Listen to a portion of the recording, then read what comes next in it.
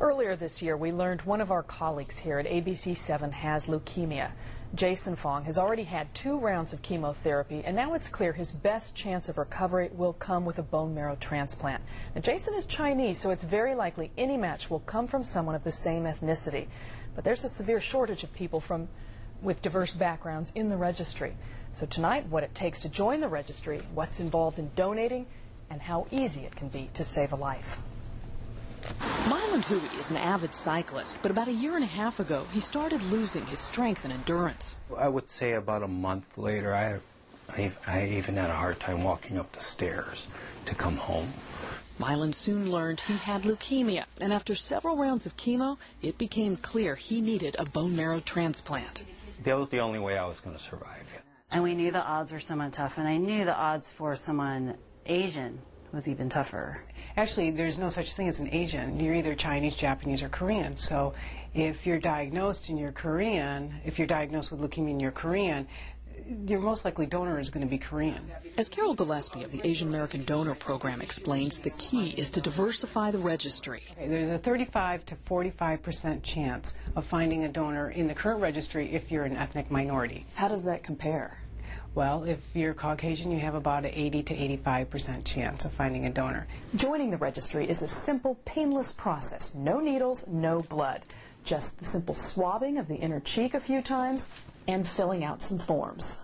Vivek Kumar registered to become a donor in 2001. The number of Indian donors is really tiny. At that point, there were about 20,000 South Asians in the directory or in the registry. And that was really appalling because we have 1 billion Indians, but we had such a small representation in the bone marrow registry. That discovery led Vivek to organize several donor drives targeting the South Asian community, drives similar to this one today at San Francisco University. I learned that one of the donors who had registered in my first drive actually matched another patient.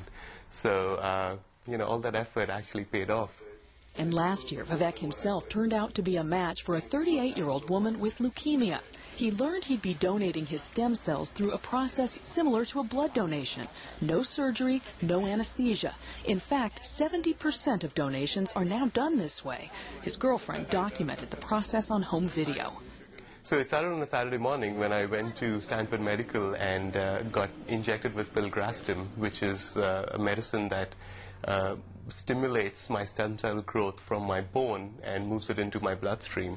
He had the shots for 5 consecutive mornings and went to work every day but the last when the actual donation process began. They drained blood, which went through the apheresis machine, which is really a centrifuge. And that's when it centrifuges the blood into the different layers, and they take the stem cell layer out of it.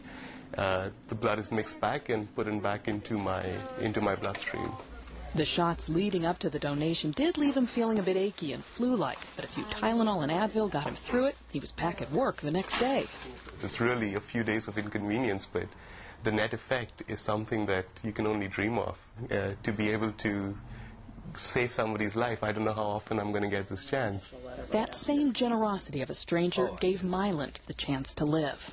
It's so hard to put into words to thank someone who saved your life. It's been a year since his transplant, a milestone the family just celebrated with Mickey Mouse. If I could spend a week in Disneyland with my kids, and run around with them for a week, I'm doing pretty well. He's cycling again as well and savoring every moment of life. Now, ABC7 is hosting a registry drive tomorrow in support of our friend Jason Fong. We invite you to join us here at the station, 900 Front Street in San Francisco between 8 in the morning and 2. It is free for ethnic minorities, and we have the specifics on our website for you.